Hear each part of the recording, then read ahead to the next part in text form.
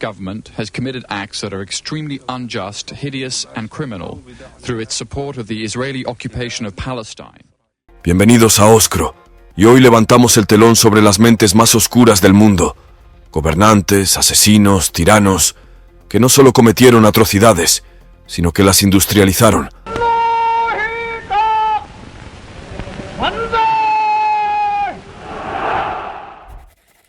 Adolf Hitler. Of World War I for Germany were extraordinary. I mean, the victors, the Western Alliance, placed.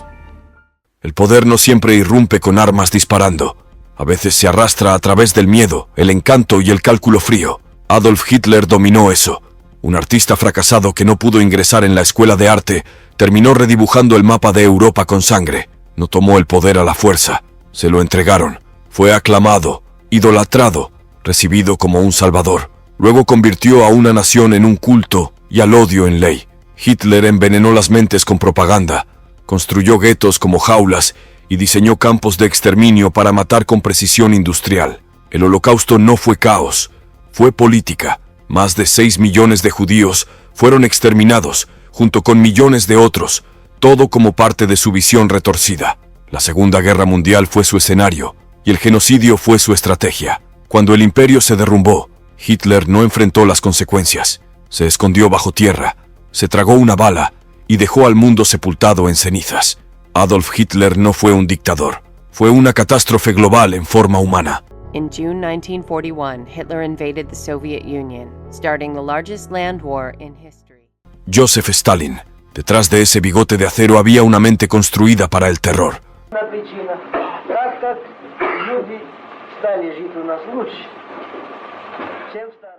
Joseph Stalin no ascendió. Se abrió camino con zarpazos, engaños y aplastando rivales desde las calles de Georgia hasta la cima de la cadena de poder soviética. Tras la muerte de Lenin, Stalin convirtió a la URSS en un tablero de ajedrez hecho de cadáveres. Rivales, borrados. Amigos, traicionados. La paranoia no fue un efecto secundario, fue política. Entonces llegó la Gran Purga. Entre 1936 y 1938, más de 1 millón de personas fueron ejecutadas, torturadas o desaparecieron sin dejar rastro. No por crímenes, solo por existir en el lugar y momento equivocados. Convirtió confesiones falsas en juicios públicos, escenificó ejecuciones como teatro y observó cómo la nación aplaudía mientras sangraba. ¿Colectivización forzada? Eso no fue reforma, fue hambruna masiva. Millones murieron mientras Stalin sonreía en carteles de propaganda como el padre de la nación. Más bien el arquitecto de la agonía. Convirtió a la URSS en una superpotencia, sí, pero cada logro estaba empapado en sangre. El miedo gobernaba cada sala. La lealtad no significaba nada. Incluso los susurros podían costarte la vida. Luxemburg, Polen, Ungarn, Rumänien, Jugoslawien, Russland, Bulgarien, Türkei, Irak, Arabien, Syrien, Palestina. Mao Zedong prometió una revolución. Lo que Mao Zedong entregó fue una catástrofe envuelta en ideología y sellada con hambre, ascendiendo entre guerra civil y caos. As the conflict went on, the communists' popularity would rapidly grow, and by the time of Japan's defeat in 1945, Mao would command almost 900,000 soldiers. Mao tomó el control de China y la transformó en un experimento nacional de sufrimiento. El gran salto adelante no fue un salto, fue una caída estrepitosa hacia la muerte masiva. Entre 1958 y 1962, las granjas fueron confiscadas, las parcelas privadas prohibidas y millones empujados a comunas con cuotas de grano imposibles. La comida desapareció. El pueblo moría de hambre mientras los funcionarios falsificaban las cifras para sobrevivir. Mao no titubeó, exigió más. Después llegó la guerra contra los gorriones. Sí, gorriones. Mao desató un desastre ecológico al exterminar aves que se alimentaban de plagas agrícolas. Sin gorriones, las langostas invadieron, las cosechas fracasaron, la hambruna se profundizó. El número de muertos, entre 30 y 45 millones de personas, muertas de hambre, golpeadas, agotadas hasta la muerte, todo mientras Mao sonreía desde carteles y dejaba que su fantasía avanzara sobre sus cadáveres. Cuando surgieron susurros de disenso, no retrocedió, lanzó la revolución cultural. Los intelectuales fueron purgados, la historia reescrita y la brutalidad marcada como progreso. Mao Zedong no solo mató a millones, borró futuros, silenció generaciones y lo llamó victoria. Pol Pot. En 1975, Camboya no solo cambió, fue devastada.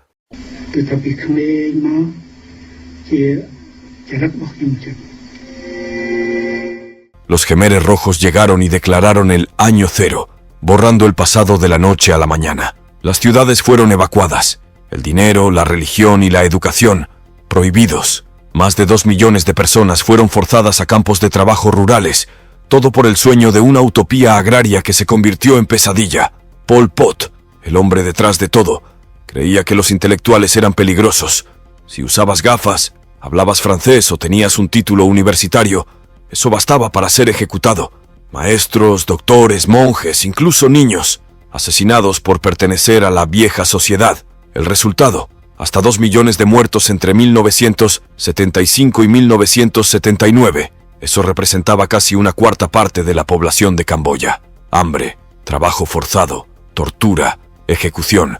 La muerte no discriminaba. A lo largo del país, fosas comunes llenaban los campos de la muerte. En Phnom Penh, la prisión de Tuol Sleng se convirtió en un matadero donde miles fueron interrogados, torturados y asesinados.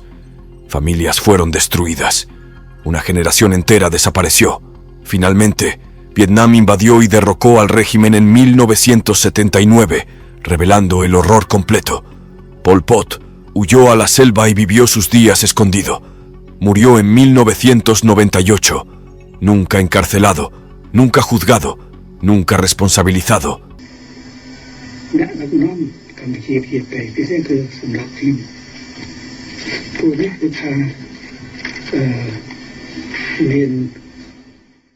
Genghis Khan, él no solo conquistó, borró ciudades enteras arrasadas. This boy advances. This says very little for your savior. Loyalty of a mortal son to a mortal father. Culturas eliminadas, poblaciones reducidas a cenizas. Cuando el polvo se asentó, sus campañas habían cobrado entre 20 y 40 millones de vidas. Algunos historiadores calculan incluso más. La británica sitúa la cifra cercana a 40 millones. Ningún lugar era seguro. Merv, una ciudad próspera en Persia, se convirtió en un matadero. Informes sugieren que hasta 1.300.000 personas fueron masacradas en una sola incursión, y no fue una excepción. Era su manual: ejecuciones masivas, incursiones de tierra arrasada, hambrunas forzadas. Regiones enteras de China, Asia Central y Medio Oriente quedaron devastadas. Cuando Genghis Khan murió en 1227, su imperio se extendía desde el Océano Pacífico hasta el Mar Caspio. Un imperio construido sobre huesos. La escala de muertes fue tan vasta que algunas estimaciones afirman que sus conquistas eliminaron el 11% de la población mundial de la época. Sea exacta o no esa cifra, una cosa está clara: no solo remodeló la geografía, remodeló la historia con fuego, sangre y brutal eficiencia. Leopoldo, la Segunda de Bélgica. En una era en que los imperios disfrazaban la codicia de progreso, el Congo se convirtió en un campo de exterminio. Leopoldo, la Segunda de Bélgica, no solo lo colonizó, lo poseyó, tratando a todo un país como propiedad personal. De 1885 a 1908, el Estado Libre del Congo no era una nación, era una máquina de lucro, alimentada por caucho, marfil y sufrimiento humano. Las cuotas no eran metas, eran sentencias de muerte. Las aldeas que fallaban eran castigadas por la Force Publique, su ejército privado, conocido por torturas, ejecuciones y amputaciones. Las manos cortadas se contaban como moneda, prueba de que las balas no se habían desperdiciado. Niños eran tomados como rehenes. Látigos hechos de piel de hipopótamo arrancaban la piel del hueso. ¿El número de muertos? Alrededor de 10 millones, según estimaciones conservadoras. Algunos estudiosos creen que fue más. Hambre, trabajos forzados, enfermedades, matanzas masivas. Comunidades enteras desaparecieron sin dejar rastro. El mundo finalmente vio detrás de la cortina en 1904, cuando el informe Caseman expuso las mutilaciones, asesinatos y brutalidad sistemática. La reacción obligó al Parlamento belga a tomar el control en 1908, pero para entonces el daño era irreversible. Leopoldo, la Segunda, murió un año después, impune, sin arrepentimiento y todavía celebrado en estatuas. Durante décadas, su legado permaneció pulido en bronce, mientras el Congo quedaba sepultado bajo el peso de sus crímenes. Benito Mussolini, Italia no cayó suavemente en el fascismo. Fue arrastrada allí con botas militares. Communists. Mussolini's story didn't end with his death, though. His body and that of Petacci, along with the corpses of several other executed fascists, were dumped on the cobblestones of the Piazza. En las cenizas de la Primera Guerra Mundial, un ex socialista convertido en nacionalista incendiario construyó un movimiento basado en la violencia y el miedo. Ese hombre fue Benito Mussolini. En 1922, organizó la marcha sobre Roma y forzó la mano del rey. Una vez en el poder, la democracia no tuvo ninguna oportunidad. Mussolini aplastó la oposición, prohibió la prensa libre y se autoproclamó Il Duce, el líder, sin preguntas, sin rivales. No solo estaba embriagado de control, quería un imperio. Bajo su mando, Italia invadió Libia, Somalia, Etiopía y Albania, todo bajo la ilusión de revivir la gloria romana. Lo que siguió fue ocupación, brutalidad y condena internacional. Después vino su pacto con Hitler. Mussolini ató el destino de Italia a la Alemania nazi en el Pacto de Acero de 1939. En 1940 arrastró al país a la Segunda Guerra Mundial y salió muy mal. Sus campañas militares fracasaron en Grecia y el norte de África, tan mal que Hitler tuvo que rescatarlo. En 1943, la marea cambió. Los aliados invadieron Sicilia. Su propio gobierno lo derrocó y arrestó, pero reapareció en la Italia ocupada por los nazis como un dictador títere. Todo terminó en abril de 1945. Los partisanos lo atraparon intentando huir. Fue ejecutado, arrojado en la Piazzale Loreto de Milán y colgado de los talones para que todos lo vieran. Un dictador derribado por el pueblo que alguna vez gobernó. 45. Mussolini was able to dominate Italy using an organized group of ex-soldiers known as the Black Shirts. Saddam Hussein. This is not a trial. This is not a trial. This is a game. A game. En 1979, Irak cayó bajo el control de un hombre que gobernaba con balas, miedo y control absoluto. Saddam Hussein no solo tomó el poder, lo aseguró mediante purgas. Los rivales desaparecieron. El partido Baas se convirtió en un arma, no en un gobierno. El terror no estaba oculto, se transmitía en televisión. Tras un intento fallido de asesinato en Dujail, en 1982, más de 140 personas fueron ejecutadas, familias enteras castigadas por el acto de unos pocos. Tortura, encarcelamiento, venganza colectiva, todo formaba parte de su manual. Luego vino el genocidio. A finales de la década de 1980, el norte kurdo se convirtió en objetivo en la campaña Anfal. Miles de aldeas fueron arrasadas, decenas de miles asesinados. En Al-Abja, las fuerzas de Saddam gasearon a civiles. Hasta 5.000 personas murieron en minutos bajo nubes de muerte química. Su violencia no se detuvo en las fronteras de Irak. Los exiliados no estaban a salvo. Disidentes desaparecieron de hoteles, esquinas y aeropuertos, para reaparecer como cadáveres o nunca más ser vistos. Tras décadas de derramamiento de sangre, todo terminó en un colapso. En 2003, las fuerzas estadounidenses lo encontraron escondido en un agujero cerca de Tikrit. Fue capturado, juzgado por crímenes contra la humanidad y ejecutado en la horca el 30 de diciembre de 2006.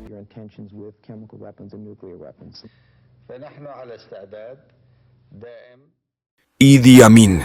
De 1971 a 1979, Uganda se convirtió en una nación de miedo, gobernada por un hombre cuya paranoia y brutalidad dejaron cientos de miles de muertos. Idi Amin no gobernaba, cazaba. Tras tomar el poder en un golpe militar, no perdió tiempo. Rivales políticos, oficiales militares, jueces, líderes religiosos, cualquiera que pareciera una amenaza, fueron eliminados. Su policía secreta, especialmente la Oficina de Investigación del Estado, llevó a cabo secuestros, torturas y ejecuciones masivas. Cuerpos flotaban en el Nilo o desaparecían en fosas comunes sin marcar. En 1972, expulsó a unos 60.000 asiáticos, ciudadanos ugandeses de ascendencia india, bajo el pretexto del nacionalismo. En realidad, fue un saqueo masivo. Sus negocios y hogares fueron confiscados y entregados a sus leales. La economía colapsó poco después. Ni siquiera la iglesia estuvo a salvo. El arzobispo Janani Luwum fue asesinado por hablar en contra. Su muerte envió un mensaje: nadie era intocable. Las estimaciones sitúan el número de muertos bajo el régimen de Amin entre 300.000 y 500.000. Masacres étnicas, purgas militares y asesinatos aleatorios convirtieron a Uganda en un cementerio cosido con silencio y miedo. A finales de los años 70, una invasión fallida de Tanzania y un colapso interno total lo obligaron a huir. Escapó de la justicia, viviendo en el exilio hasta morir en Arabia Saudita en 2003. Nunca juzgado, nunca castigado. Osama Bin Laden. En la mañana del 11 de septiembre de 2001, el mundo vio cómo el horror se desplegaba en tiempo real. Government has committed acts that are extremely unjust, hideous and criminal through its support of the Israeli occupation of Palestine. 4 aviones fueron secuestrados, 2 torres reducidas a escombros, casi 3.000 personas muertas en cuestión de horas. El cerebro detrás de todo, Osama Bin Laden, fundador de Al-Qaeda, construyó una red terrorista global desde las montañas de Afganistán, convirtiéndola en un arma dirigida contra civiles. En 1998, su grupo atacó con bombas las embajadas de Estados Unidos en Kenia y Tanzania. Cientos de muertos, miles de heridos. Eso fue solo el comienzo. A mediados de la década de 1990, Bin Laden había declarado abiertamente la guerra a Estados Unidos. En fatúas públicas, llamó a la yihad, culpando a América por su presencia militar en Medio Oriente, su alianza con Israel y su papel en sanciones, conflictos y la opresión percibida en el mundo musulmán. No solo aprobó los ataques del 11 de septiembre, los financió, los dirigió y los elogió. Las agencias de inteligencia rastrearon la operación directamente hasta él. Lo que siguió fue una cacería de una década a través de desiertos, cuevas y continentes. En 2011, la búsqueda terminó en Pakistán. Un equipo de Navy SEAL de Estados Unidos asaltó su complejo en una redada nocturna. Una bala en la cabeza, un cuerpo enterrado en el mar, el rostro del terrorismo global, eliminado. While he never directly claimed responsibility for them, Bin Laden openly held the attacks in this videotape aired shortly afterwards, in which he said the US... Vlad, el empalador. El empalamiento no era solo ejecución, era teatro. Vlad III lo convirtió en un espectáculo nacional, clavando a sus enemigos en lo alto y dejándolos morir lentamente a la vista de todos. Las víctimas se retorcían durante horas, incluso días, su agonía convertida en advertencia. Conocido mejor como Vlad el Empalador, gobernó Valaquia como un carnicero con corona. Invasiones otomanas, rebeliones internas, rivalidades nobles. Cada amenaza era respondida con sangre. Tras negarse los enviados otomanos a quitarse los turbantes, se dice que mandó a clavárselos en el cráneo. Sus fuerzas masacraron a decenas de miles durante sus campañas, alineando los caminos con cuerpos empalados tan densos que parecían bosques de muertos. Panfletos alemanes pintaron un cuadro aún más siniestro. Vlad cenando entre los empalados, quemando vivos a los enfermos y pobres para purificar la sociedad.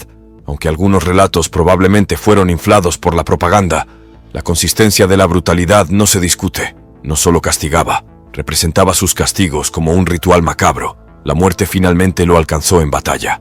Enemigos lo emboscaron, le cortaron la cabeza y la enviaron al sultán otomano como trofeo. Ninguna tumba. Solo un final cercenado a un reinado empapado en horror. Nerón. Las llamas arrasaron Roma en el año 64 de nuestra era, reduciendo gran parte de la ciudad a cenizas. A revolution in the way Rome conducts its campaigns. I will quash my deluded enemy, not with the sword. Mientras el fuego rugía, el emperador Nerón moldeaba su legado, no con ayuda, sino con ejecuciones y grandes planes. La culpa fue colocada sobre los primeros cristianos, que fueron arrestados, torturados y asesinados en espectáculos públicos tan grotescos que incluso escandalizaron la sensibilidad romana. El fuego despejó el terreno para la siguiente obsesión de Nerón, la Domus Aurea, o Casa Dorada, un enorme palacio construido sobre ruinas carbonizadas. No fue coincidencia, fue calculado. El poder para Nerón significaba paranoia. Su hermanastro británico, envenenado, su madre Agripina, apuñalada hasta morir bajo órdenes que probablemente dio él mismo. Cualquiera considerado una amenaza era silenciado, a menudo de forma violenta. Las fuentes antiguas describen un reinado impulsado por el miedo, la manipulación y una crueldad que convirtió la corte imperial en un escenario empapado de sangre. Derramó la riqueza de Roma en espectáculos, festivales y juegos públicos, a menudo presentándose él mismo como la estrella. Los senadores se estremecían mientras los ciudadanos aplaudían, viendo a su emperador cantar, actuar y exigir vítores, todo mientras el imperio se desangraba en recursos. Las historias de él tocando música mientras Roma ardía pueden estar exageradas. Aún así, lo que queda más allá del mito es un retrato de exceso, tiranía y violencia espectacular. Sean ciertas o distorsionadas por el tiempo, la herencia de Nerón permanece como advertencia. Cuando el poder se encuentra con el ego, la ciudad arde. Calígula. Roma se convirtió en un escenario de sadismo bajo un emperador que borró la línea entre gobernante y lunático.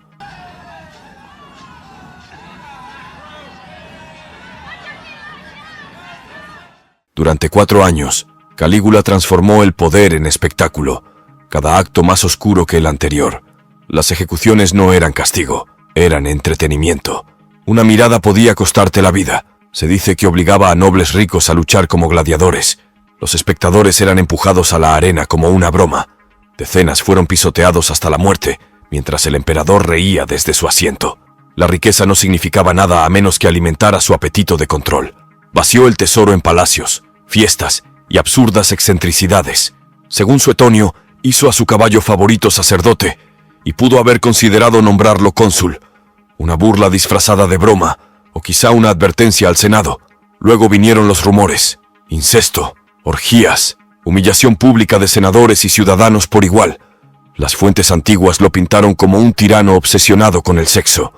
Los historiadores modernos advierten que muchas de esas historias pueden estar exageradas, productos de la propaganda tras su asesinato, pero en algo coinciden: la crueldad era real.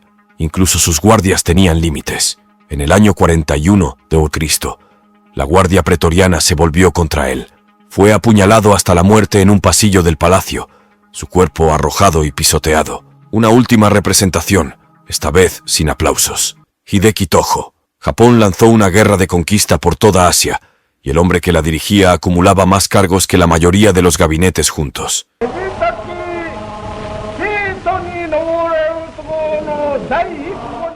Hideki Tojo fue primer ministro, ministro del ejército y jefe de asuntos internos, controlando el ejército, la industria y la población de Japón con autoridad casi total. Aprobó el ataque sorpresa a Pearl Harbor en 1941, encendiendo la Guerra del Pacífico y arrastrando a los Estados Unidos a la Segunda Guerra Mundial. Sus fuerzas arrasaron el sudeste asiático y el Pacífico, tomando territorios con velocidad y brutalidad. A medida que crecían los reveses, Tojo no se retiró, tomó aún más control, convirtiéndose en comandante en jefe del Estado Mayor General. Bajo su régimen, Japón cometió crímenes de guerra a gran escala. Civiles y prisioneros de guerra fueron masacrados, hambrientos, violados y esclavizados. Desde China hasta Birmania, su ideología alimentó la matanza, todo bajo la bandera de la dominación imperial. Cuando Japón se rindió en 1945, Tojo intentó suicidarse pero fracasó. Fue capturado, juzgado por el Tribunal de Crímenes de Guerra de Tokio, declarado culpable de crímenes de guerra y crímenes de lesa humanidad, y ahorcado en 1948. Su juicio ayudó a establecer un precedente global.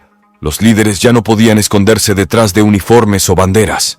Hideki Tojo murió con una soga alrededor del cuello, pero las consecuencias de su gobierno aún resuenan entre las ruinas que ayudó a crear.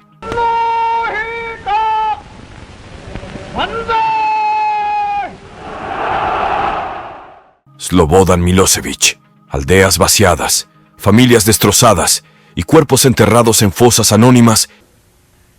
On the other side, there is approach of your State Department. Y poco profundas. Slobodan Milošević no solo explotó la tensión étnica, la industrializó. Mientras Yugoslavia colapsaba, ascendió sobre una ola de nacionalismo serbio, prometiendo una gran Serbia tallada de las ruinas. Su plan: guerra, desplazamiento y limpieza étnica. En Bosnia, su estrategia alimentó la masacre de Srebrenica. Más de 8.000 hombres y niños bosnios ejecutados mientras el mundo observaba. Sarajevo soportó casi 4 años bajo sitio, sus civiles atrapados en un campo de francotiradores, bombardeados a diario mientras la ciudad sangraba. En Kosovo, la maquinaria del terror continuó. Aldeas fueron incendiadas, civiles golpeados, fusilados o desaparecidos. Alrededor de 700.000 albaneses étnicos fueron expulsados en cuestión de meses, muchos amontonados en trenes y autobuses sin destino. Solo polvo y silencio quedaron atrás.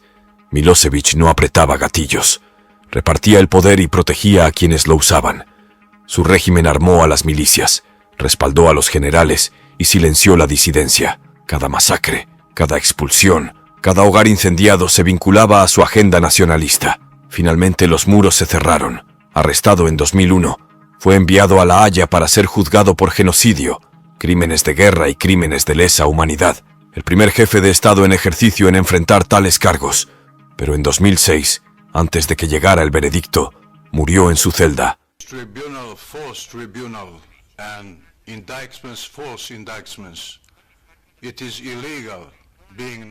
Enver Pasha, los leales soldados armenios fueron desarmados, despojados de sus rangos y sacados del ejército otomano.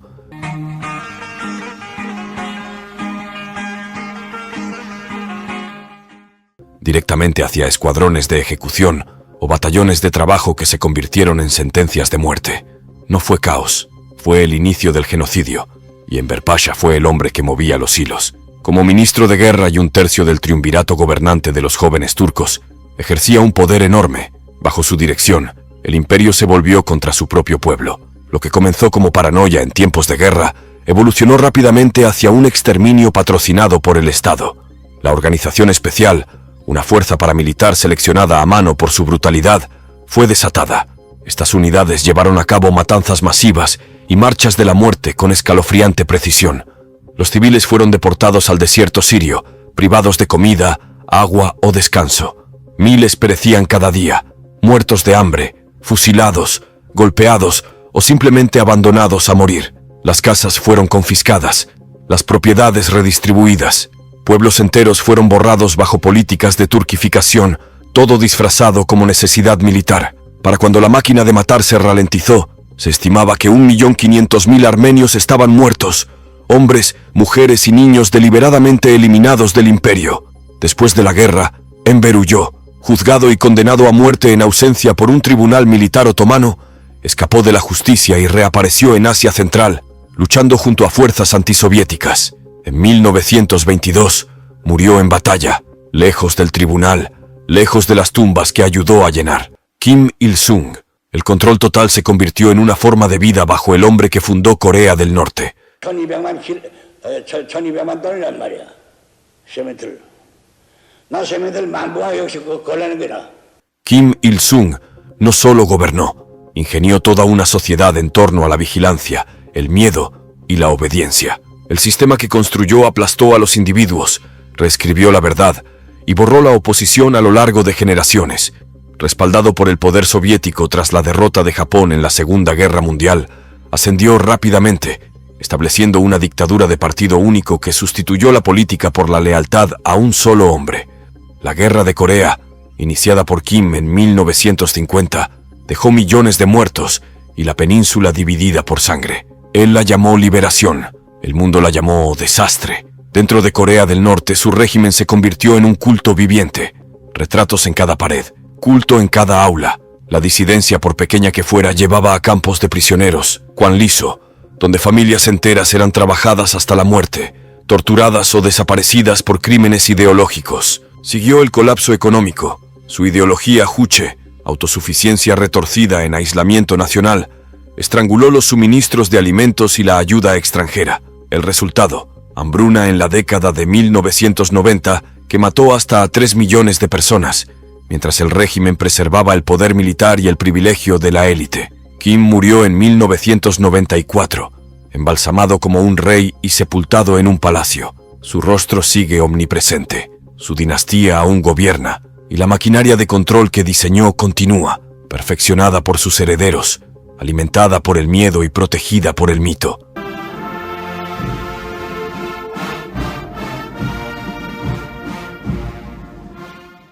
Atila el Uno, ciudades reducidas a cenizas, campos empapados en sangre y sobrevivientes encadenados. And the terror they instilled. The Huns were a rude shock to the Romans. El hombre detrás de esto unificó a los hunos y abrió un camino de destrucción a través de Europa tan brutal que los romanos lo llamaron el azote de Dios.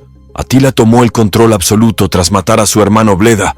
Luego convirtió una confederación de hunos, godos y otras tribus de la estepa en una máquina de guerra. Ciudades del Imperio Romano de Oriente fueron arrasadas. Naissus fue aniquilada. Los emperadores le pagaban montañas de oro solo para retrasar el siguiente ataque. Su campaña en la Galia culminó en la batalla de los Campos Cataláunicos en el año 451 de nuestra era, una de las batallas más sangrientas del mundo antiguo. Aunque detenido allí, Atila no había terminado. Un año después, arrasó el norte de Italia, destruyendo ciudades como Aquilea, Verona y Milán, enviando poblaciones enteras a huir hacia montañas y pantanos. La peste y el hambre finalmente frenaron su avance, pero el miedo por sí solo mantuvo paralizado al Imperio de Occidente. Dondequiera que iba, la tierra se vaciaba tras de él. Su muerte llegó repentinamente en el año 453, según se dice por la rotura de un vaso sanguíneo en su noche de bodas. Sin él, el Imperio Huno colapsó casi de la noche a la mañana, pero las cicatrices que dejó en Europa perduraron por generaciones. La Brentiberia. El terror de Estado se volvió sistemático bajo el hombre que transformó a la policía secreta soviética en una máquina de muerte masiva.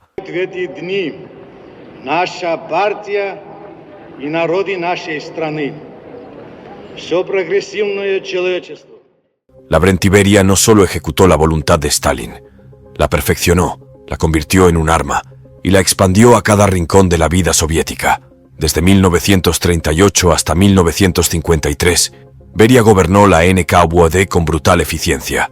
Su mandato vio a millones encarcelados, deportados o ejecutados. En 1940, autorizó la masacre de Katyn, donde más de 22.000 oficiales e intelectuales polacos fueron fusilados y enterrados en secreto. Pueblos enteros, incluyendo chechenos, ingushes, tártaros de Crimea y alemanes del Volga, fueron arrancados de sus hogares y enviados al exilio. Muchos nunca regresaron, muriendo de hambre, enfermedades o exposición en la naturaleza helada. Dentro de la URSS, el sistema de gulags explotó. El trabajo forzado alimentaba las ambiciones industriales de Stalin, y Beria se aseguró de que los campos funcionaran a plena capacidad. Científicos e ingenieros fueron encerrados en sharashkas, laboratorios prisión secretos, obligados a trabajar o morir. Ni siquiera el ejército estaba a salvo. Docenas de oficiales de alto rango fueron purgados bajo cargos fabricados de traición durante la Segunda Guerra Mundial. Más allá de la política, Beria ejerció su poder con una depravación desenfrenada. Docenas de testimonios e investigaciones póstumas lo acusaron de agresión sexual sistemática, usando su mansión como terreno de caza y su posición para protegerse de las consecuencias. Tras la muerte de Stalin, Beria intentó tomar el poder absoluto, ocupando brevemente ministerios clave y proponiendo reformas, pero sus rivales actuaron rápido. Nikita Khrushchev y otros miembros del Presidium lo arrestaron en un golpe relámpago. Fue juzgado, declarado culpable de traición, terrorismo y violación, y ejecutado en diciembre de 1953.